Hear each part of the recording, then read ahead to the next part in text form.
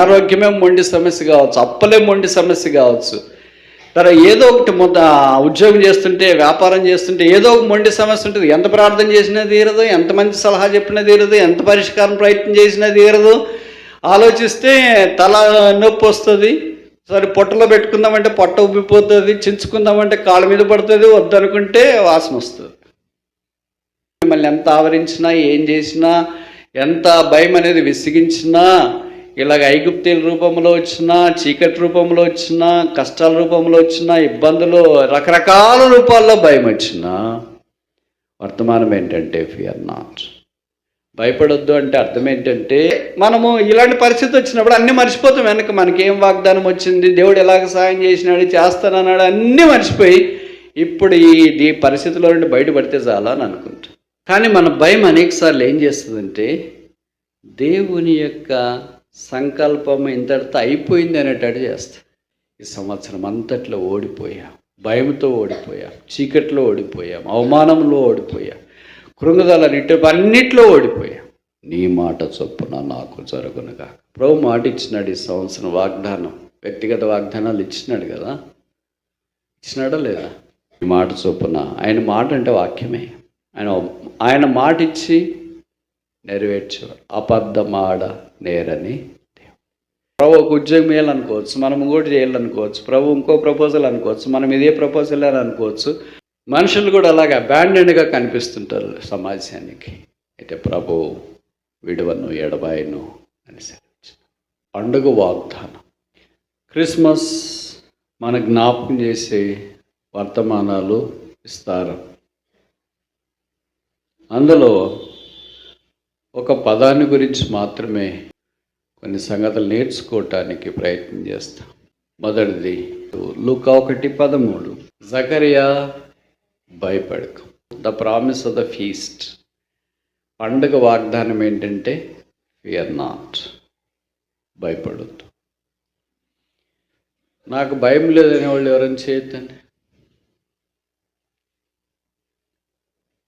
ఊరికి చెప్తుంటారు కొంతమంది, నేను ఊడికి భయపడను అని. అంత పచ్చబద్ధం. భయపడను అనేవాళ్ళు ఎక్కువ భయపడుతుంటారు. భయం కనీసం 100 రకాలు ఉంటారు. ఒక్కో దానికి భయపడేవాళ్ళు ఉంటారు. కొంతమందికి నీళ్ళు అంటే కూడా భయము, హైడ్రోఫోబియా అంటారు దాన్ని. కొంతమందికి పవర్ పోతే రాత్రిపూట చీకటి ఉంటే భయం. కొంతమంది బల్లెని చూస్తే, బొద్దింకని చూస్తే, ఇలాగ రకరకాల భయాలు ఉంటాయి. సాధారణంగా ఉండే భయాలు ఏంటంటే అనారోగ్యము, ఏమవుతామో అని, ఆర్థిక ఇబ్బందులు, భవిష్యత్తు ఏంటో అని, పిల్లలు ఏమైపోతారో, భర్త ఏమవుతాడో, భార్య ఏమవుతాడో, కుటుంబం ఏమవుతుందో, ఇవన్నీ భయాలు ఉంటాయి. కానీ సంఘం ఏమైపోతుందనే భయం మాత్రం సాధారణంగా ఉండదు. పరిచర్య ఏమైపోతుందనే భయం మాత్రం ఉండదు. మనకు సంబంధించిన దానికి ఫుల్ భయాలు ఉంటాయి. ఇలాంటివి దాదాపు 100 ఉన్నాయంట. యేసు ప్రభు ఇలాగ భయపడిన వాడు కాడు. ఆయన దేవుడు. ఆయన మనకి ఉన్న భయాన్ని పారదోలటానికి ఈ భూమి మీదకి దిగి వచ్చినాడు. ఆయన మనుషులలో ఉన్న భయం గూడు కట్టుకొని ఉంది.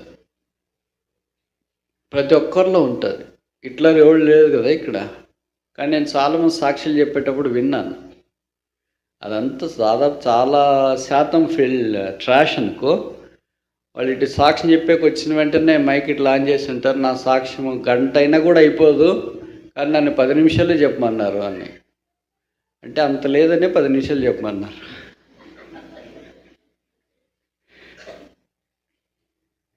అని వాళ్ళు స్టార్ట్ చేశారు. వాడిని కొట్టినా, ఈయన్ని కొట్టినా, వాడిని దన్నినా, ఈయన్ని దన్నా, ఇంతమందిని దన్నని వాళ్ళు ఒకసారి కూడా ఈయన దన్నించుకున్నాడా? మీరు వినింటారు ఇవన్నీ. అలాంటి సాక్ష్యాలు చూసినప్పుడు మీరు చెవులు కోసుకుంటారు. అబ్బా ప్రదా, అంత ఎగ్జాగరేషన్. ఓకేనా? సరే, ఇప్పుడు వాస్తవానికి వచ్చేటప్పటికి ఏం జరుగుతుందంటే, మనిషికి రకరకాలైన భయాలు. ఇక్కడ ఉన్న వ్యక్తి పేరు జకరియా. ఈయన వృద్ధుడు. బహుకాలం గడిచిన వృద్ధులని బైబిల్లో రాశారు. ఎలిజబెత్ జకర్యాలు. గొడ్రాళ్ళు కనుక పిల్లలు లేరు. పిల్లలు లేరు కానీ గొడ్రాళ్ళు కాదు. మీకు అర్థమైందా ఈ పదం? అర్థమైందా? మామూలుగా మనమేమంటాం పిల్లలు లేకపోతే, కానీ ఇక్కడేం రాశారు? గొడ్రాలు కనుక పిల్లలు లేరు. అంటే ఆమెకి ఈ పిల్లలు తీసుకునే శక్తి లేదు, అందుకే పిల్లలు లేకపోయారు అని ఇక్కడ రాశారు. బైబిల్లో ఇప్పుడు కొన్ని ప్రశ్నలు అడుగుతా, నేరుగా సూటిగా జవాబు చెప్పాలి, సరేనా? కరెక్ట్ చెప్పాలి, తప్పు చెప్పకూడదు. బైబిల్లో ఎంతమంది గొడ్రాండ్లు ఉన్నారు? మొదటి గొడ్రాలు ఎవరు? ఆఖరి గొడ్రాలు ఎవరు? పాత నిబంధనలు ఎంతమంది? కొత్త నిబంధనలు ఎంతమంది? మన సంగతి ఏంటి? ఎంతమంది అని క్వశ్చన్ పేపర్ సరిగ్గా అర్థం చేసుకోండి. ఏది వస్తే అది రాయకూడదు. బైబిల్లో గొడ్రాలు మనకు కనిపిస్తారు. దాంట్లో ఆఖరి గొడ్రాలు, వ్రాయబడిన ఆఖరి గొడ్రాలు ఎలిజబెత్.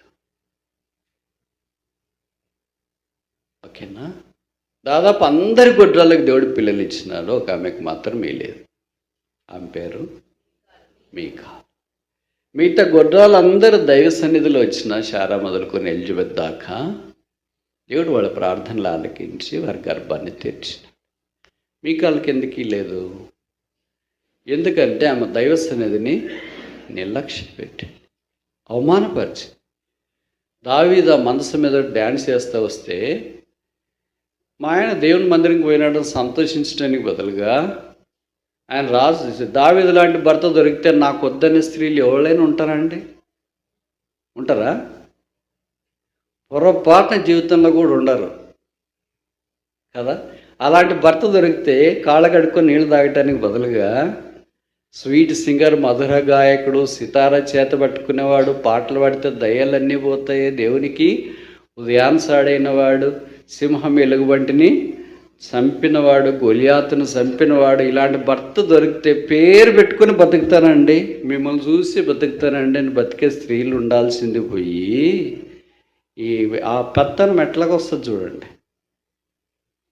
ఎంత అసహ్యంగా నాట్యం ఆడవయ్యా అందరూ కనిపించి ఎదుట ఆయన్ని అభాసాల పాలు చేసి తూలనాడిన దాన్ని బట్టి దేవుడు ఆమె గర్భము తెరవలేదు.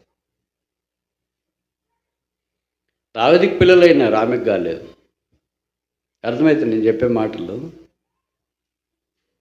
కొన్నిసార్లు మనం అలాగే ఉంటాం. అంటే ఇప్పుడు నేను భౌతికమైన గర్భాన్ని గురించి మాట్లాడట్లేదు, ఆత్మీయమైన గర్భాన్ని గురించి మాట్లాడతాను.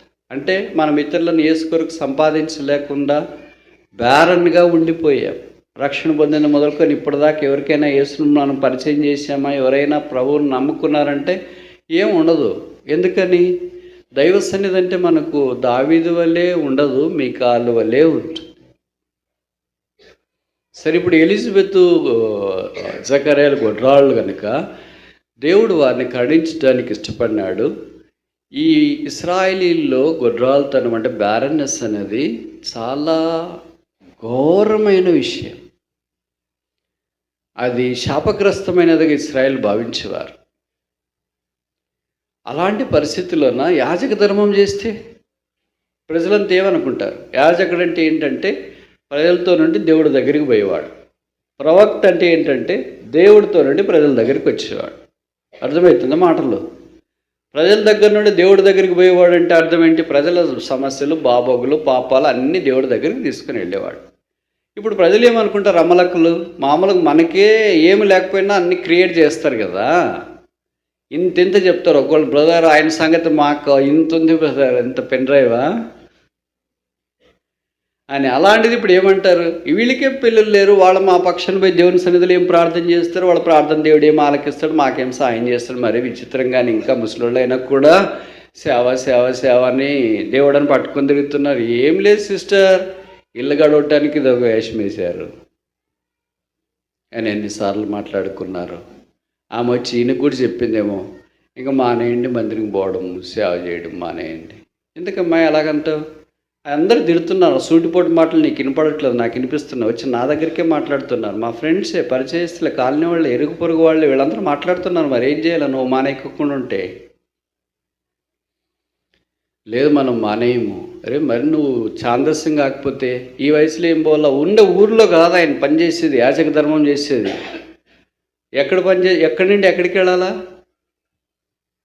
తెలియదా మీకు? నేను తెలుసు అనుకొని పైన పైన చెప్తున్నాను. చూడండి, లూకాసు వార్త 1:39. ఆ దినముల యందు మరియ లేచి యూదా ప్రదేశంలోని కొండసీమలో ఉన్న ఒక ఊరికి త్వరగా వెళ్ళి జకర్యా ఇంటిలో. ఎక్కడున్నారు జకర్యా? యూదా ప్రదేశంలో కొండసీమలో ఉన్నారు. సీమలన్నీ తెలుసా మీకు? జాగ్రఫీ రాదు కదా. ఓకే, ఆంధ్రాలోని సీమలు అయితే 4. మొదటిది ఏంటంటే రాయలసీమ. రెండవది అప్పుడే కోనకపోతారేంటి, వరుసగా చెప్పాలా. రెండవది ఏంటి? దివిసీమ, అంటే కృష్ణా జిల్లా ప్రాంతాల్లో, కృష్ణా నది పారివాహక ప్రాంతాల్లో ఏర్పడింది. 1983లో విపరీతమైన తుఫాన్ వచ్చి ఊడ్చుకుపోయింది. దాన్ని దివిసీమ అంటారు. ఇప్పుడు మీరు చెప్పేది మూడవది కోనసీమ, గోదావరి జిల్లాలు. ఆకుపచ్చగా ఉంటాయి, కనసూపు మేరల్లో కళ్ళే పోతాయి, పచ్చదనం పోదు. నాలుగవది కొండసీమ. కొండసీమ అంటే సేమ్ ఇలాంటిది ఎక్స్టెండెడ్ అక్కడికి వచ్చింది. పాడేరు, అరకు ఇవన్నీ కొండ ప్రాంతాలు. ఇది దీని నుండి ఎక్స్టెన్షన్ అయినవి, దాన్ని కొండసీమ అని అంటారు. అలాంటి కొండలు కలిగిన భవిష్యం ఇలాంటి ప్రాంతాలు అనుకోండి. అంటే మీకు కొండలు తక్కువ ఉన్నాయి, అడవి ఎక్కువ ఉంది. కొండలు ప్లస్ అడవి సమానంగా ఉంటుంది, దాన్ని అరకులోయ అంటారు. అది ఆరబోసిన అందాల పరపు. అలాంటి కొండసీమలోనికి మరియమ్మ అక్కడికి వెళ్ళింది. అంటే అక్కడి నుండి ఆయన యెరూషలేము ప్రయాణం చేసి వస్తున్నాడు.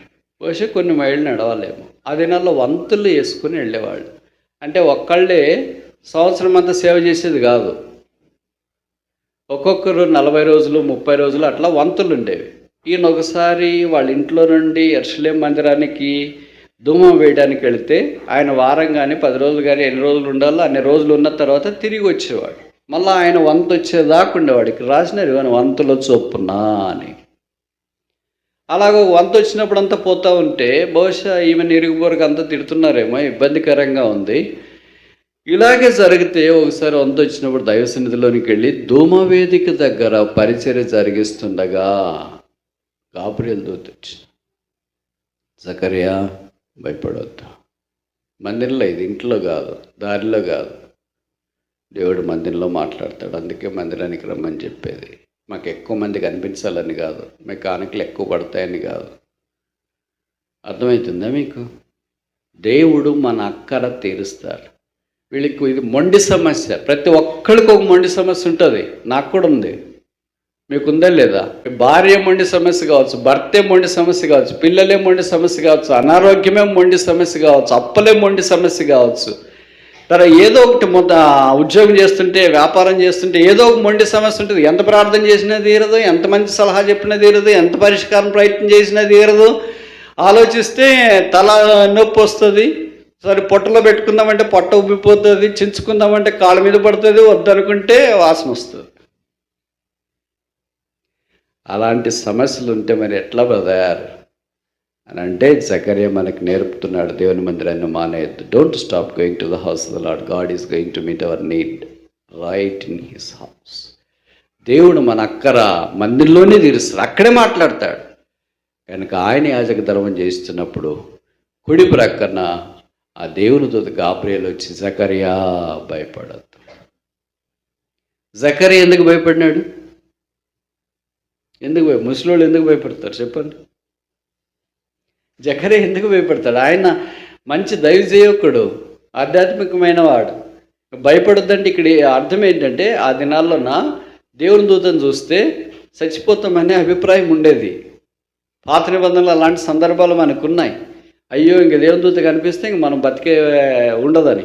అందుకే బహుశా చనిపోతానని ఆయన అనుకున్నాడేమో. అంటే బయట చనిపోయేది వేరే, మందిరంలో చనిపోయేది వేరే. మందిరంలో చనిపోతే ఏం చేస్తారంటే వేరే వాళ్ళు వచ్చి తీసుకెళ్ళటానికి లేదు, లాక్కోవాలి ఆయన్ని. ఎంత పెద్ద ప్రోటోకాల్ ఉంటుంది. ఇప్పుడు మందిరంలో చనిపోయినాడంటే మామూలు మనలాంటి వాళ్ళు ఊరికే ఉంటారా? ఎంత పాపం చేశాడో, ఇంట్లో చదువుకుండా అక్కడ పోయి వచ్చాడు. ఈ కాకుల పొడుపు చాలా ఎక్కువైతుంది. విచిత్రం ఏంటంటే కాకులు మందిరంలోనే ఎక్కువ ఉంటాయి. యాక్చువల్గా పావురాలు ఎక్కువ ఉండాలి ఇక్కడ, బయట కాకులు ఉండాలి. కానీ బయట కాకులు లోపలికి వచ్చిన లోపల పావురాలు బయటికి పోయినట్లు కదా. జకర్యా పేరు పెట్టి నన్ను ఎవరు పిలుస్తున్నారేంటి? ఆయన అంత పెద్ద, ఆయన బహుకాలం గడిచిన వృద్ధుని పేరు పెట్టి పిలవాలంటే అంతకంటే వృద్ధులై ఉండాలి కదా. చిన్నోళ్ళు పోయి పిలుస్తారు, అంకుల్ అంటారు చిన్నోళ్ళు అయితే, లేకపోతే పెదనాయన చిన్న ఏదో ఒకటి అంటారు కదా. పేరు పెట్టి పిలుస్తున్నారేంటి? ఒక్కసారి చూసి షాక్ అయ్యాడు. నేను చనిపోతానేమో, ఇదే లాస్ట్ ఏమో, ఎలిజబెత్ నుంచి ఒకసారిగానే చూస్తాం అనుకుంటే. భయపడొద్దు, నీ ప్రార్థన ఇక్కడ మీ అని లేదు అంటే వాళ్ళిద్దరు కుటుంబ ప్రార్థన చేసుకుంటున్నారా లేదా? ఇద్దరు చేసుకుంటుంటారు నాకు తెలిసి. అంటే నేను ఊరికే ఊహిస్తున్నా. ప్రార్థన చేసేటప్పుడు ఈయన ఒక టాపిక్ తెచ్చింటాడు, ప్రార్థన పాయింట్లు ఉంటాయి కదా. ఆ పాయింట్లు చేసేటప్పుడు ఈయన చేస్తుంటారు, ప్రభా మాకు సంతానం అనుగ్రహించి, మనుషులంతా రకరకాలుగా అనుకుంటున్నారు, మరి నేను సేవ చేస్తున్నాను, లేకపోతే చాలా కష్టం కదా, ప్రజలు అంగీకరించరు కదా అని అనుకుంటే, ప్రార్థన అయిపోయిన తర్వాత ఈమె ఆమెను అనలేదేమో. ఆయన అడిగి ఏమ్మా ఆమెను అనలేదు ప్రార్థన అంటే, నువ్వేవో చేస్తే నేను ఎట్లా ఆమెనంట? ఏం చేసినావు కదా, మరి పిల్లలు కావాలి, నీ వయసులో పిల్లలు ఎట్లయితారు? మరి ఇంతకాలం చేసుకున్నాం ప్రార్థన, ఇప్పుడు కూడా మళ్ళీ పిల్లలు కావాలని ప్రార్థన చేసి ఎట్టయితుంది? అందుకే నేను ఆమె నన్ను, నువ్వు చేయడం అన్నా మానే, నేను ఆమె అనడం మానేస్తా. నేను చేయడం మాత్రం మానేయను, సరే నేను ఆమె అనడం మానేస్తా అనిందేమో. ఎందుకంటే లేకపోతే మీ ప్రార్థన, మీ బహువచనం ఉంటుంది కదా, ఇక్కడ ఏకవచనం ఉంది, నీ ప్రార్థన అని. యూజువల్గా సిస్టర్ల ప్రార్థన పర్లా, బ్రదర్ ప్రార్థన పర్లా? ఎవరు ఎక్కువ ప్రార్థన చేస్తారు? సిస్టర్లు ఎక్కువ ప్రార్థన చేస్తారు. ఇక్కడ భిన్నంగా కనిపిస్తుంది కదా. నీ ప్రార్థన అంగీకరించేవాడు. ఒకవేళ ఆమె ఈయనకంటే ఎక్కువ ప్రార్థన చేసింటే ఆమె దగ్గరికి వచ్చింటాడేమో గాబ్రియల్ దూత. వ్యవసాయం ఆమె అంత ఎక్కువ ప్రార్థన చేయట్లేదు, ఇంకంతా అయిపోయిందిలే, స్త్రీ ధర్మం కూడా ఉడికిపోయింది, medically speaking no possibility to be blessed with a son or a daughter. మెడికల్గా మాట్లాడాలంటే ఇంకా పిల్లలు కావడం అనేది దుస్సాధ్యం. But what is impossible with medical science is possible with a God. ఇంకోసారి చెప్పన్నా, ఏదైతే వైద్య శాస్త్రానికి సవాలో అసాధ్యమో దాన్ని దైవశాస్త్రం సాధ్యం చేస్తుంది.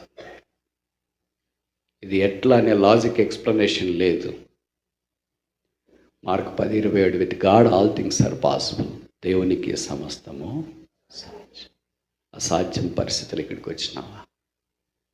ఈ పరిస్థితులు అసాధ్యం ప్రభువా, మా ఆయన బాగా రక్షణ పొందడం అసాధ్యం, మా ఆవిడ రక్షణ పొందడం అసాధ్యం, మా పిల్లల రక్షణ పొందడం అసాధ్యం, ఇవన్నీ అసాధ్యము. What is impossible for us is possible with God. Christmas మనకి ఏం తెలుస్తుందంటే ఇంపాసిబుల్ థింగ్స్ ఆర్ పాసిబుల్. కన్య గర్భము ధరించి కుమారుని గణము impossible, but Christmas says it's possible. బహుకాలం గడిచిన గొడ్రాళ్ళైన వారు కుమారుని గణం impossible, but it's Bible says it's possible.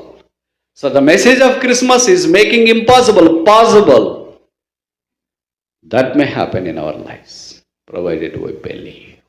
అది మన జీవితంలో నెరవేర్చబడవచ్చు మనం దేవుని నమ్మితే. ఎంత నమ్ముతున్నాం?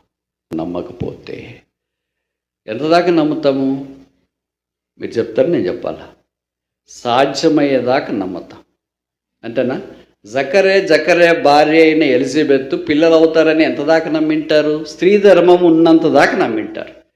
స్త్రీ ధర్మం ఉడికిపోయిన తర్వాత ఇంక జరగదు అని medical science says, biology says, chemistry says, everybody says it's not possible to be blessed with a sun.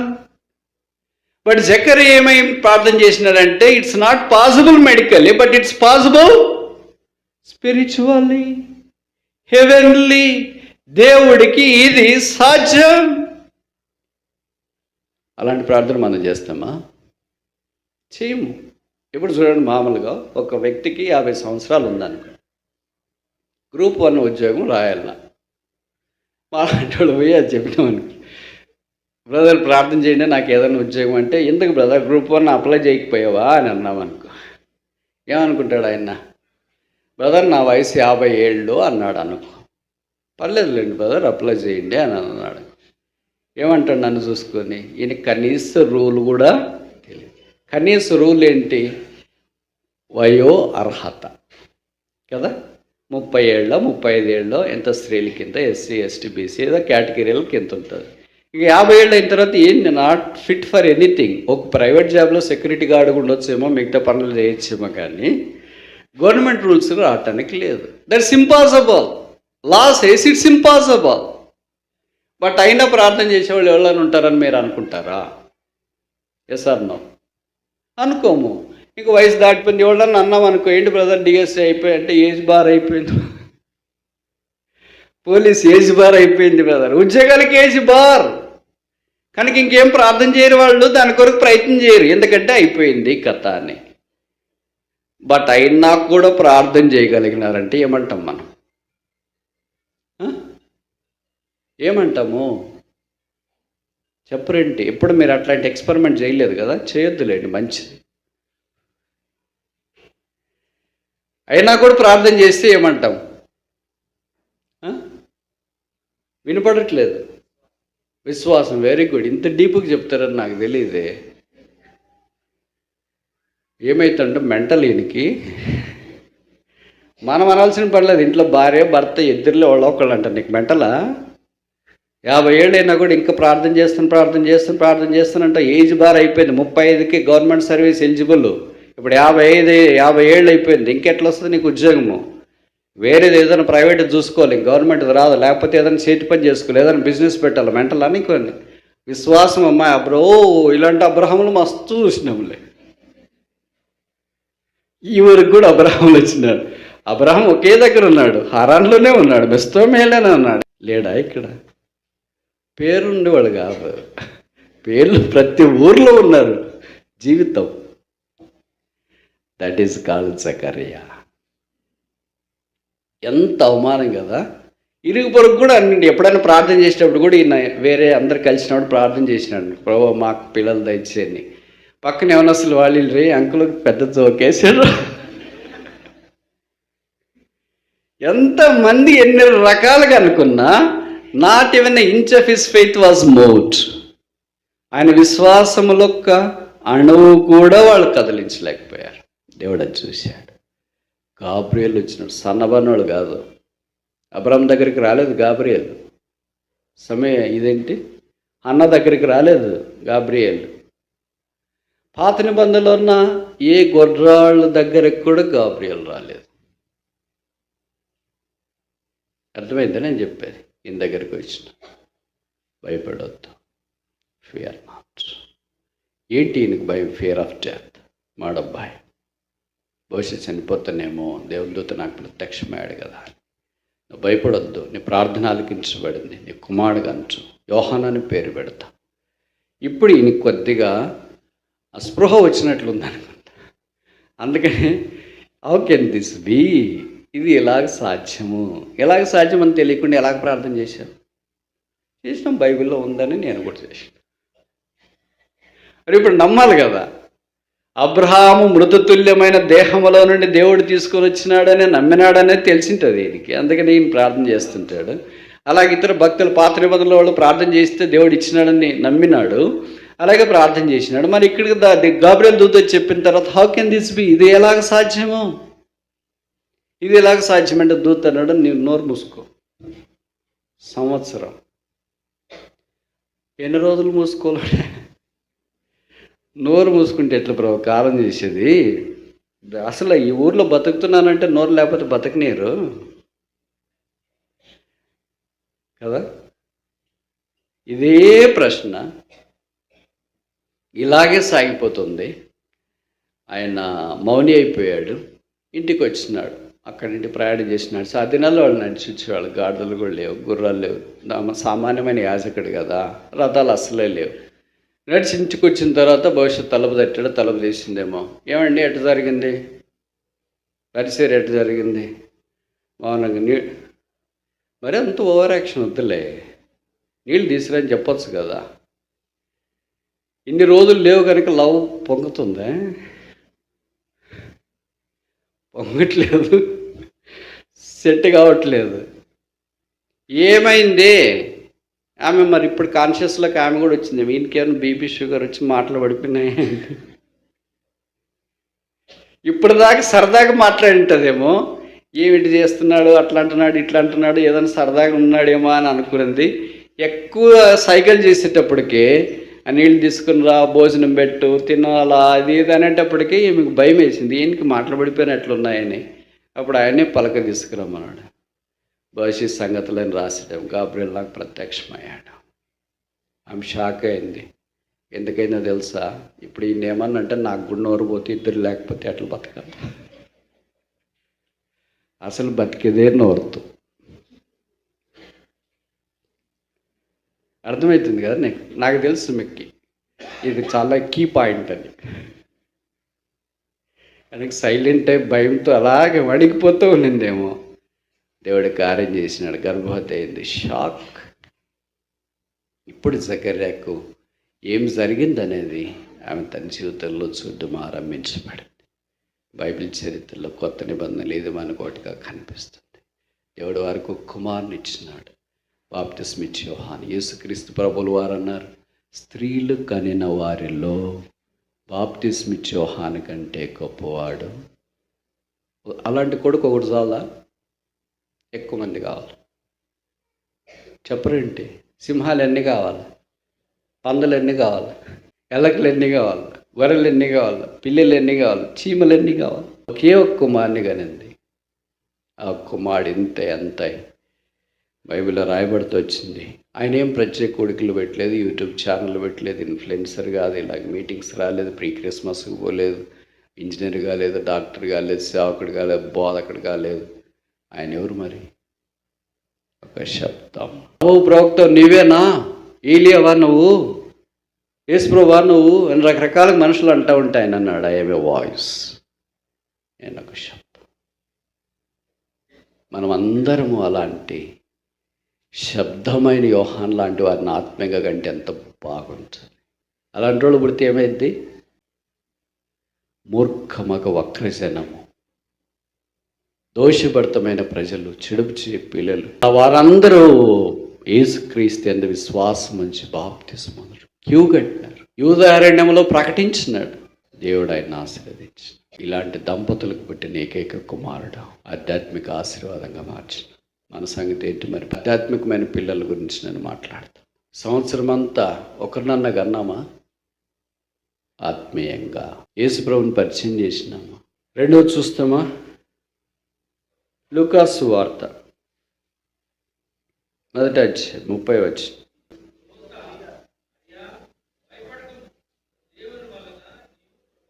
Mariya భయపడకు. దేవుని దూత ఎలాగ పిలుస్తాడు అర్థమైందా మీకు? పేర్లు పెట్టి పిలుస్తాడు. ఆయనకి పేరు తెలుసు. జకర్యా పెద్ద ఆయన అయినా కూడా ఏమన్నాడు? అంకల్ బాగున్నారా, ప్రైస్ లాడ్ అని అనలేదు. ఈమె మరీ చిన్న ఆమె కదా, 18 ఏళ్ళు అట్లుంటుంది అనుకో. ఏంటమ్మా ఎట్లున్నావు, సంగతులు ఏంటి, విషయాలు ఏంటి, ఏం చదువుతున్నావు, మీ నాయన ఏంటి, అది ఇదని ఏదన్నా కొద్దిగా ఇంట్లో పెట్టుకోవాలి కదా. ఏం లేదు, జకర్యానైనా జకర్యా అని పిలుస్తాడు, చిన్న అమ్మాయి అయినా మరియా పేరుతోనే పిలిచి. మరియా భయపడకు. ఆమెకున్న భయం ఏంటి? నాకంటే మీకు తెలుసు కదా, ఒక కన్యక పెళ్ళి కాకుండానే గర్భవతి అయితే సమాజము ఎంత తూలన ఆడుతుందో చెప్పటానికి ఊహించటానికి లేనంత పరిస్థితి. Fear of dejection. నిరాకరిస్తారు, త్రోసివేస్తారు, బయటికి పంపిస్తారు, వెలివేస్తారు. అనేక సందర్భాల్లో యేసుని మనం అంగీకరించిన తర్వాత బహుశా ఇంట్లో నుండి వెళ్ళేయచ్చు, ఆఫీసులో వెలివేయడం అంటే బయటికి పోవని కాదు. వాళ్ళ యాక్షన్లన్నీ అలాగే ఉంటాయి. మనకి ఏం పని చెప్పకపోవడం, మనల్ని పట్టించుకోకపోవడం, మన చుట్టూ ఏం లేకపోవడం, మనం వెళ్ళినా కూడా పట్టించుకో, ఇవన్నీ నాకంటే మీకు బాగా పరిచయం అనుకుంటా కదా.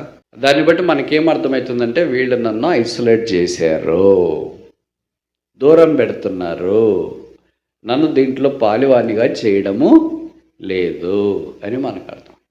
ఏం తప్పు చేసినాను అని మనం ప్రయత్నం చేస్తాం. మందిరాల్లో కూడా జరుగుతుంటారు.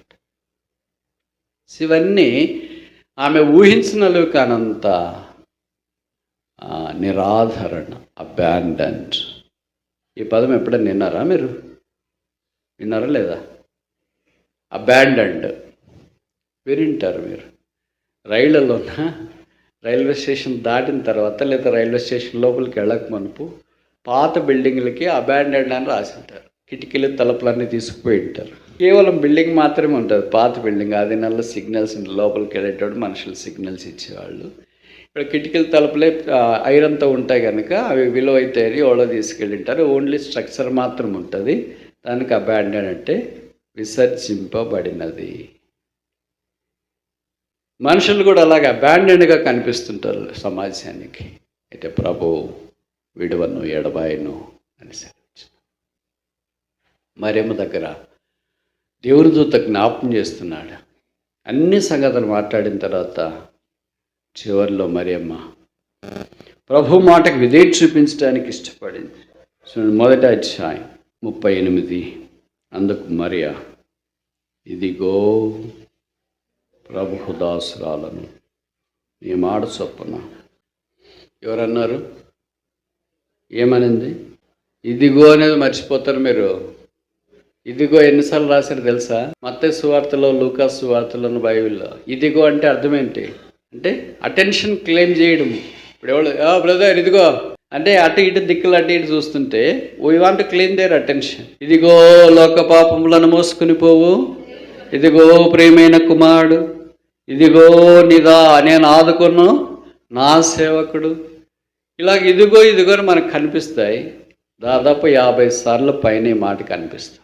ఇదిగో ఎవరు? నేను ప్రభువు, నీ మాట చొప్పున నాకు. ఎప్పుడైనా ఇలాగా ప్రార్థన చేసినట్లు గుర్తుందా మనకు? నీ దాసురాలను ప్రభువా, నీ దాసులను ప్రభువా, నీ మాట చొప్పున నాకు జరుగును గాక అని అన్నామా? అన్నము. ఎందుకంటే మనకు భయం. ఆయన మాట మనకి అంత వ్యతిరేకం కదా.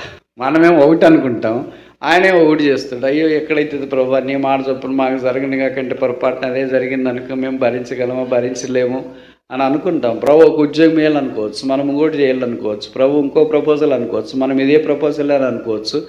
మన ఆప్షన్స్ మనకు ఉంటాయి కదా. అందుకని ఇలాంటి ధైర్యమైన ప్రార్థన మరి ఇలాంటి వాళ్ళు మాత్రమే చేస్తారు. ఎందుకంటే she has no option. Our only choice is God. ఆమె ఒకే ఒక ఎన్నిక ప్రభు. స్త్రీలలో గాబ్రియేలు దేవుని దూత కేవలం మరియమ్మకు మాత్రమే. అది ఆశ్చర్యం అసలు. బయటికి పోయి చెప్పినా కూడా ప్రజలు నమ్మరు. ఎవరినో చూసింటుంది, దయ్యంనో ఎవరినో దూతనో చెప్తుంది. ఈమెకు కనిపిస్తాడు ఏంటమ్మా? పెద్ద పెద్ద శారాకులకే కనిపించలేదు, రూత్కే కనిపించలేదు, ఎస్తేరికే కనిపించలేదు, గొప్ప గొప్ప వాళ్ళకే కనిపించలేదు. ఈమెకు కనిపిస్తున్నాడు గాబ్రియేలు దూత. మరి విచిత్రంగా చెప్తుంది. చెప్పిన దానికి అర్థం ఉండాలి కదమ్మా. ఏదేదో చెప్తే అట్లా. This is true. Bible says clearly. కొన్నిసార్లు మనకంటే చిన్న వయసు కలిగిన వాళ్ళు మనకు మించిన అపరిమితమైన ప్రత్యక్షత ఉండొచ్చు, మనకు తెలియదు. అది నేను అంగీకరించాను. ఇదిగో ప్రభు దాసురా. ఎంత సబ్మిషన్ చూడండి, ఎంత తగ్గింపు, ఎంత విధేయత.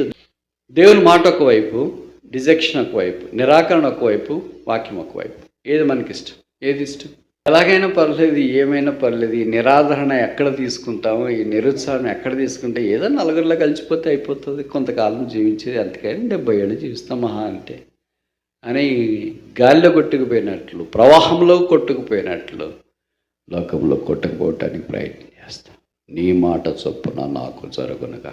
ప్రభు మాట ఇచ్చినాడు. ఈ సంవత్సరం వాగ్దానం, వ్యక్తిగత వాగ్దానాలు ఇచ్చినాడు కదా. ఇచ్చినాడా లేదా? మరి ఎప్పుడన్నా అనుకున్నా ప్రభు నీ వాక్యం నెరవేర్చను? కొంతమంది ఎక్కడుందో అది వాక్యం వాళ్ళకి మర్చిపోయినారు. ఆ వాక్యం ఎప్పుడు నోట్లో నెవరు వేస్తుండాలి, అది ప్రార్థన చేస్తుండాలి. ప్రతి సిచ్యువేషన్కి ఆ ప్రామిస్ మనం క్లెయిమ్ చేస్తుండాలి. అలా క్లెయిమ్ చేసి గుర్తుపెట్టుకునే వాళ్ళు చాలా తక్కువ మంది ఉంటారు అనుకుంటా. నీ మాట చొప్పున. ఆయన మాట అంటే వాక్యమే. ఆయన మాట ఇచ్చి నెరవేర్చేవాడు. అబద్ధమాడ నేరని దేవుడు. ఆయన మాట ఈ వాక్యం. ఈ వాక్యం ఇచ్చిన తర్వాత వాక్య ప్రకారం ఆయన జరిగించడానికి ఇష్టం. ఆ వాక్యానికి అవిధేయులమైతే మరే వలె మనము విధేయులు కానివారు. ఆయన పండుగకు రాడా ఏంటి? పండగ ఆయనే. ఆయన మాటే పండగ. ఆయన మాట్లాడిన స్వరమే పండగ. ఎంత పండుగ చేసుకుని ఫుల్ పైనుడి కింద కోటు సూటు బూటు అన్నీ వేసుకొని బంగారం అంతా వజ్ర వైడూర్య మరకత మాణిక నీళ్ళ కెంపుల పచ్చలన్నీ పైనుడి కిందకి దాకా దిగేసుకొని బంగారు మనిషి, బంగారు బ్రదర్, బంగారు సిస్టర్ మాదిరి పోతే దేవుని మాట ఒక్కటి కూడా లేకుండా ఉంటే ఏం ఉపయోగం ఆ పండుగ వల్ల? చూసేవాళ్ళు అనొచ్చు, ఇది ఎక్కడ తీశారు, అస్సలు లేదే ఇది, మేము కూడా షాపులకు వెళ్ళామే, కొత్త డిజైన్. పక్కన వాళ్ళు చెప్పి ఇది ట్రెండ్ ఫాలో కావద్దు, set a trend for your self. నువ్వే ఒక ట్రెండ్ ఫాలో వీళ్ళందరూ ఇది వేసుకున్నారు కనుక టైట్, మనం కూడా టైట్ వేసుకున్నాం. వాళ్ళంతా లూజ్ బజారు ఇది అదేంటి ఊడ్చేది వేసుకున్నారు కనుక మనం కూడా లూజ్ వేసుకున్నాం. You are a trend setter. నువ్వేంటి ట్రెండ్ ఫాలో కావడము? నీకేం అనిపించట్లేదా వేరేది ఫాలో కావాలంటే? అంటే నీకు ఇండివిజువాలిటీ లేదు అని అర్థం. నువ్వు ఎట్టు గాలి పోతే అటు పోతున్నావు అని అర్థం. నేను కొంతమంది చూసినప్పుడు అలాగే అనిపిస్తుంది. నేను వాళ్ళని అడుగుతుంటా, ఇట్లా బాగా పరిచయం వాళ్ళు, ఏంటి బ్రదర్ ఏంటక్క ఇట్లాంటిది, ఇది ఇప్పుడు నువ్వు ట్రెండ్ బ్రదర్ అంటే ట్రెండ్ ప్రకారం పోతావా? అలా కాదు. మీరు భక్సింగ్ గారి డ్రెస్ చూడండి, సేమ్. ఎప్పుడైనా ఆయన యూజువల్గా డ్రెస్ వేసుకుంటాడు, ఎప్పుడో చలికాలం అది ఇది అని అనుకున్నప్పుడు పెళ్ళిళ్ళ అకేషన్ తెల్ల కోట క్రీమ్ కోట అలాంటిది. Is a trend setter. ఆయన వాక్యం చెప్పినా, ప్రార్థన చేసిన తర్వాత ఆయన డ్రెస్ వేసిన, ఈజ్ ఎ ట్రెండ్. మీకు తెలుసు కదా, పాతకాలంలో అందరు అట్లే అదే ఆయన ఇంగ్లీషే మాట్లాడేవాళ్ళు. ఇప్పుడు ఆయన ఇంగ్లీష్ మాట్లాడేది కష్టమవుతుంది. ఆయన వెరీ చాలా simple English. God loves you, దేవుడు ప్రేమిస్తున్నాడు, come to the house of the lord, pray, lord will help you. ఇట్లా చిన్న సెంటెన్సులు చెప్పేవాడు. చాలామందికి అర్థమయ్యేది. ఎవళ్ళు వచ్చినా ఎబ్రోన్లో కాలు పెట్టిన వెంటనే ఆయన చెప్పే మాటలు తెలుగు ఒక్కటే వచ్చిన వాళ్ళు అయినా కూడా వీళ్ళు తెలుగులో పోయి ఆయనకి సమస్య చెప్పినా ఆయనకి వీళ్ళ సమస్య అర్థమయ్యేది. ఆయన ఇంగ్లీష్లో ప్రార్థన చేసిన వాళ్ళు ప్రార్థన చేయించుకొని వచ్చారు. ఈ వాజ్ ఎ ట్రెండ్. ఆయన ఒక ట్రెండ్. ఆయన మాటలైనా, బోధైనా, వాక్యమైన, ప్రార్థన అయినా, డ్రెస్ అయినా, ఏదైనా. మరి బిలీవర్ అయిన తర్వాత నువ్వు ట్రెండ్ ఉండాలి, నువ్వు ట్రెండ్ ఫాలో కావడం ఏంటి? ఏమనిపించట్లేదా నీకు? చెప్పరేంటి? ఏమనిపిస్తుంది? ట్రెండ్ అనిపిస్తుంది. దేవుడు ఇలాంటి వాళ్ళతో ఏం పని చేస్తాడు చెప్పండి? What work God will do with such people? లోకం ఎట్లు పోతే ఎట్టు పోతారు, ట్రెండ్ ఎట్లు పోతే ఎట్లు పోతారు, మనుషులు ఎట్టు పోతే ఎట్టు పోతారు. ఇలాంటి వాళ్ళతో దేవుడు ఏం చేయగలడు? ఇంట్లో వాళ్ళే ఏం చేయలేకపోతున్నారు నీతో, ఆఫీసులో వాళ్ళే ఏం చేయలేకపోతున్నారు, క్లాస్లోనే ఏం చేయలేకపోతున్నారు. Nobody is able to do any work with you. How come God will do? మరి అలాంటిది కాదు. She is a trend setter. ఆమె ట్రెండ్ సెట్ చేసింది. అందుకే దేవుడు ఆమెను స్త్రీలలో ఆశీర్వదించమని స్త్రీగా చేశాడు. క్రిస్మస్ అంటే మరేమో పేరు లేకుండా ప్రసంగం ఉంటుందంటారా మీరు? ఉంటుందా? క్రిస్మస్ ట్రీ ఉంటుందా? ఎక్కడైనా ఇది గొర్రెల కాపర్లు వేసేది ఏది వేసినా ఖచ్చితంగా మనకు కనిపిస్తుంది. మూడవది చూస్తామా? మత్తయి సువార్త 1:20. Matthew chapter 1:20. Fear not. భయపడు. Joseph fear not. యోసేపు ఎందుకు భయపడుతున్నాడు? సామాజికమైన భయం ఆయనకుండేది, ఆయనకుంటుంది. ఈమె స్త్రీ, ఈమెకుండే భయం ఈమెకుంది. మరి ఎక్కువ యోసేపు పురుషుడు, ఆయనకున్న భయం ఆయనకుంది. Fear of defame. అవమానం అయిపోయింది, ఉన్నదంతా పోయింది.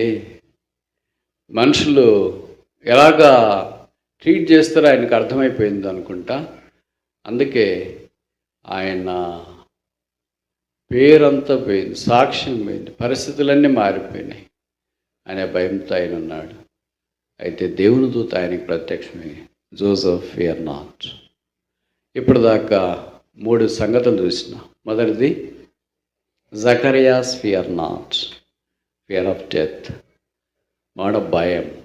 రెండవది Mary fear not, fear of rejection. మూడవది జోసెఫ్ ఫియర్ నాట్, యోసేపు భయపడద్దు, ఫియర్ ఆఫ్ డిఫేమ్. అండ్ సాక్ష్యం పోయిందని.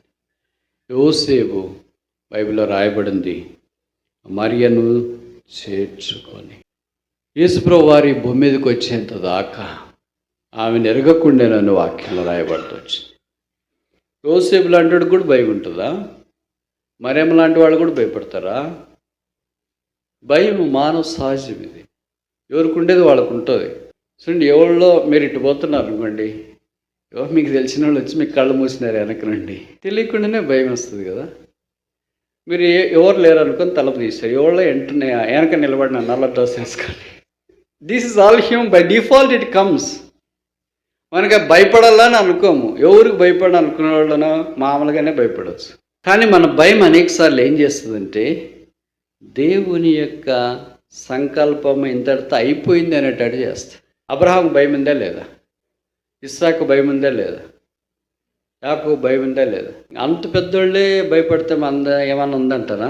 చెప్తే అర్థం ఏంటంటే, మీకు అర్థమవుతుంది అన్నం ఆకలి కావట్లేదు అని. చాలాసార్లు ఆశ్చర్యం వేసేది, అబ్రహాము కూడా మనిషే, ఆయనకు కూడా భయం వచ్చింది. కానీ మన భయం ఏం చేస్తుందంటే, దేవుడు మన ఎడల కలిగిన దూరపు ఆలోచనలు మృగ్యమైపోయిన, మృతతుల్యమైపోయినా ఇంకా జరగదు అనేటట్లు మనకు ఒక ఫీలింగ్ తెస్తాడు సైతాన్. Feeling is different from fact. Feeling వేరే, ఫ్యాక్ట్ వేరే. ఫీలింగ్ అంటే వాళ్ళు కొడతారేమో, తిడతారేమో, డబ్బులు ఇరేమో, మేలు చేయరేమో, కీడు చేసిరేమో, this is called feeling. Fact అలా ఉండకపోవచ్చు, వాళ్ళు కొట్టకపోవచ్చు, కీడు చేయకపోవచ్చు, నష్టం చేయకపోవచ్చు. ఇది ఫ్యాక్ట్. మన ఫీలింగ్లోనే చాలాసార్లు మోసపోతుంటాం. ఫ్యాక్ట్లోనికి వచ్చిన తర్వాత ఫీలింగ్ విల్ బి డెమినిష్డ్. ఇప్పుడు అబ్రహాముకు కూడా ఫీలింగు, ఫ్యాక్ట్లు ఉన్నాయి. మీరు అనుమతిస్తే నేను వాక్యం అదొక్క మాట చెప్పి ముందుకు వెళ్ళటానికి ప్రయత్నం చేస్తాను. ఆదికాండం 12వ అధ్యాయం 11వ వచనం. ఇక్కడ రాయబడిన వాక్యం మనకు పరిచయం కదా. అబ్రహాం ఏమనుకున్నాడంటే, వాళ్ళు చంపేస్తారు నిన్ను బట్టి, ఎందుకంటే శారా రూపవతి అని, అందమైన స్త్రీ అని బైబిల్లో రాయబడింది. ఐగుప్తీయులు అంటే వాళ్ళ కళ్ళకి అంతే ఉండదు, వాళ్ళ కోరికలకు హద్దే ఉండదు. కనుక వీళ్ళు ఇలాంటి పనులు చేయటానికి ఎంతైనా తెగిస్తారు. ఒకవేళ అదే ఆ దగ్గరికి వస్తే వాళ్ళు నన్ను చంపేసి, నేను దయచేసి హెల్ప్ చేయాల, సరేనా అని. ఓకేనా? మీకు హెల్ప్ చేయటానికే రండి నేను ఉండేది, హెల్ప్ చేయలేకపోయినా ఎలా? అందుకని నువ్వు సిస్టర్ అని చెప్పాలి. నన్ను చంపేస్తారు. చూడండి, భయం, ఫియర్ ఆఫ్ డెత్. ఆయన ఎవరు? విశ్వాసులకు తండ్రి. కానీ ఏమొచ్చింది? చంపుతారా? ఇప్పుడు ఆయన నిజంగా ఈ మానవ పించ్ ఆఫ్ ఫియర్, విశ్వాసులకు తండ్రి అయినా ఈజ్ ఎ హ్యూమన్ బీయింగ్, ఆయన మనిషే. ఇప్పుడు ఆయన చంపితే దేవుడు ఆయనకి ఇచ్చిన వాగ్దానం ఏం కావాలా? దేవుడు ఆయనకు ఏం వాగ్దానం ఇచ్చినాడు? 12వ అధ్యాయం 6వ వచనాల్లో, I will make the great and thou shall be blessing. నేను నిన్ను గొప్పగా చేస్తా, నిన్ను ఆశీర్వదిస్తా, నీ సంతానాన్ని కూడా నేను. ఇప్పుడు అబ్రహాం చనిపోతే ఈ వాగ్దానం ఎలాగ నెరవేరుతుందా లేదా? మరి ఈ వాగ్దానం గుర్తులేదా అబ్రహాంకి? నన్ను చంపితే ఈ వాగ్దానం నెరవేరదు కనుక నన్ను చంపరు అని అనుకోవాలి కదా.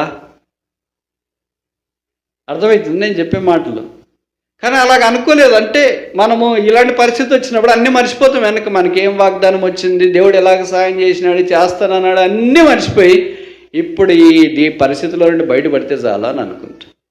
అబ్రహాం చంపడానికి దేవుడు ఎలాగ అనుమతిస్తాడు? శారాన్ని నష్టపరచడానికి దేవుడు ఎలాగ అనుమతిస్తాడు? అనుమతించడు. ఒకవేళ శారాన్ని నష్టపరచడానికి దేవుడు అనుమతిస్తే, అబ్రహాం గర్భంలో నుండి వచ్చిన అబ్రహాం కుమారుడైన దావీదు కుమారుడైన యేసుక్రీస్తు వంశావళి అపవిత్రము కదా. దేవుడు అది ఎలాగా అనుమతిస్తాడు? పరిశుద్ధుడు, పావనుడు, పుణ్యపురుషుడు, నిర్దోషి, నిష్కల్మషుడు, పాపంలో చేరక ప్రత్యేకంగా ఉన్న లోకరక్షకుడు ఈ భూమి మీదకి రావటానికి పరిశుద్ధత అవసరం. అందుకనే దేవుడు శారా ద్వారా బయటికి తీసుకురావాలని సంకల్పించినాడు ఇస్సాకును. కనుక మమ్మల్ని దేవుడు కాపాడుతాడు. ఎందుకంటే దేవుడు వాగ్దానం ఉంది, మమ్మల్ని గొప్ప జనముగా చేస్తానన్నాడు. ఆకాశ నక్షత్రాల వల్ల, సముద్ర తీరం ఇసుక రేణువులోనే చేస్తా, నీకు కనచూపు మేరలో కనిపించే భూమి అంతా నీకు ఇస్తానన్నాడు. నన్ను చంపితే ఆమెను అలాగ పాడు చేస్తే ఇంక వాగ్దానం ఎలాగ నెరవేర్పడుతుంది? అన్నీ మర్చిపోయి చంపేస్తారమ్మాయి, ప్లీజ్ హెల్ప్. చూడండి, ఎక్కడ వ్యక్తులము ఎక్కడికి వస్తాం. ఇప్పుడు దేవుడు తిరిగి ఆయన్ని బలపరచాల్సి వచ్చింది. అందుకని 15వ అధ్యాయంలో ఆ సంగతులు జరిగిన తర్వాత మొదటి వచనం,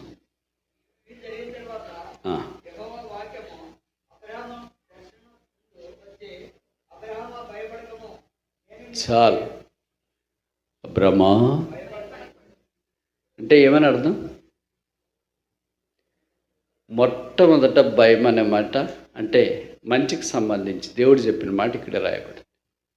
ఆదాము కూడా భయపడినాడు, ఆ భయం వేరే.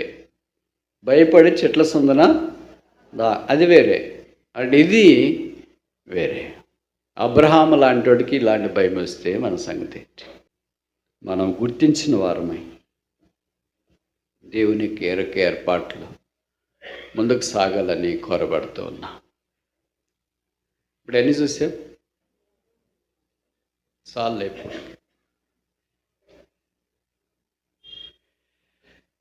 ఇప్పుడు మన సంగతి ఏంటి మరి? మనం ఎలాగున్నాం? క్రిస్మస్ మెసేజ్ అని చెప్పనా? భయపడకము, ఫియర్ నాట్. ఇప్పుడు మీరు చెప్పండి, రూపాంతర కొండ మెసేజ్ ఏమో తెలుసా? మత్తయి 17వ అధ్యాయంలో అక్కడ రూపాంతర కొండ మీద ఉన్నప్పుడు పైనుండి వచ్చిన శబ్దము ఏమని? వారు మిక్కిలి భయపడారు. అందుకనే వారికి వచ్చిన వర్తమానం ఏంటి? భయపడకూడదు, ఫియర్ నాట్. ఇప్పుడు రిజరెక్షన్, పునరుత్థాన వర్తమానం ఏమో తెలుసా? మత్తయి సువార్త 28వ అధ్యాయం ఉందా లేదా? చెప్పండి మరి. పునరుత్థాన వర్తమానం ఏంటి? Fear not. క్రిస్మస్ వర్తమానం ఏంటి? భయపడొద్దు. రూపాంతర కొండ వర్తమానం ఏంటి? పునరుత్థాన వర్తమానం ఏంటి? మనం భయపడితే ఏమని అర్థం? భయపడితే ఏమని అర్థం అంటే ఫియర్ నాట్ అంటే ఏం చెప్పాలి? మనం భయపడితే ఏమని అర్థము? భయపడుకోకుండా ఎట్లుంటామంటే భయం వస్తుంది, ధైర్యం తెచ్చుకోవాలి. అబ్రహమా భయపడకము, ఇసాకు భయపడదు, యాకోబు భయపడదు, దావీదు, పెద్ద పెద్దోళ్ళే. అసలు భయము ఎలాంటి వాళ్ళైనా బట్టి దావీదు కూడా. అందుకని ఆయన నేను భయపడక సురక్షితంగా నిద్రపోయి మేలుకొందును, యెహోవా నా పక్షం ఉన్నాడు, నేను భయపడు. వాళ్ళంతా భక్తులు చెప్పినారు. అంటే అర్థం ఏంటి? భయం అనేది అలా మనుషులను ఆవరిస్తుంది. కానీ క్రిస్మస్ వర్తమానం ఏంటి? మిమ్మల్ని ఎంత ఆవరించినా, ఏం చేసినా, ఎంత భయం అనేది విసిగించినా, ఇలాగ ఐగుప్తీల రూపంలో వచ్చినా, చీకటి రూపంలో వచ్చినా, కష్టాల రూపంలో వచ్చినా, ఇబ్బందులు రకరకాల రూపాల్లో భయం వచ్చినా, వర్తమానం ఏంటంటే ఫియర్ నాట్. భయపడొద్దు అంటే అర్థం ఏంటంటే క్రిస్మస్ వర్తమానం భయపడొద్దు, రూపాంతర కొండ మీద వర్తమానం భయపడొద్దు, యేసు ప్రభువు వారు తిరిగి లేచిన తర్వాత అంటే పునరుత్థాన వర్తమానం భయపడొద్దు అంటే అర్థం ఏంటంటే మనం భయపడుతున్నామంటే అర్థం ఏంటి? క్రిస్మస్ లేదని అర్థం. భయపడుతున్నామంటే రూపాంతరం కొండ అనుభవం లేదని అర్థం. భయపడుతున్నామంటే ఏం లేదని అర్థం? పునరుత్థానం లేదు. ఉంటే యేసు ప్రభు ఈ మార్గం గుండా వెళ్ళాడు కనుక he was born to dispel the fear. ఆయన భయం పారదోలటానికే పుట్టాడు. ఆయన భయము విచ్ఛిన్నము చేయటానికే రూపాంతరం చెందాడు. ఆయన భయాన్ని ఓడించటానికే సమాధిలో నుండి తిరిగి లేచినాడు. అందుకనే మీకు తెలుసు అనుకుంటా, ప్రకటన గ్రంథం 1వ అధ్యాయం 17-18 చెప్పబడింది, ఫియర్ నాట్, లో I am dead but I am alive forevermore. భయపడకుడి, నేను మృతున్నైతిని కానీ ఇదిగో యుగాయుగములు సజీవులు. జీవితంలో అనేక విషయాల్లో భయపడ్డాను. విచిత్రం ఏంటంటే దేవుడికి తప్ప అన్నిటికీ భయపడతాం మనం. ఒకసారి చెప్పమంటారా? చాలా ఎంత చెప్పినా పర్లేదులే, మేము చేసేది మేము చేస్తాం, నువ్వు చెప్పేది నువ్వు చెప్తాడు. దేవుడికి తప్ప అన్నిటికీ భయపడతా. దేవుడికి భయపడేవాడు దేనికి భయపడ్డా? అర్థమైంది అనుకుంటా. దేవునికి భయపడని వారు అన్నిటికీ భయపడతారు. ప్రభువా నీకు మాత్రమే భయపడేటాడు. నీ ఎందే భయభక్తులు, అందుకే యెహోవా యందు భయభక్తులు గలవారు ధన్యులు, జ్ఞానమునకు మూలము, వారిని ఆయన ఆశీర్వదిస్తాడని మాటలు పదే వాక్యం. ఈ సంవత్సరం అంతట్లో ఓడిపోయాం, భయంతో ఓడిపోయాం, చీకట్లో ఓడిపోయాం, అవమానంలో ఓడిపోయాం, అన్నిట్లో ఓడిపోయాం. ప్రభు మనం సరిచేయాలని కోరుతున్నాడు. శిలువ రక్తం చేత కడిగి పరిశుద్ధపరిచి మనల్ని కూడా పునరుత్థాన శక్తితో నింపి భయపడకము, అబ్రహాంకు సరించి నేను నీ కేడము, నీ బహుమానం. ప్రభువే మన బహుమానం. ప్రభువే మనకు అవసరమైన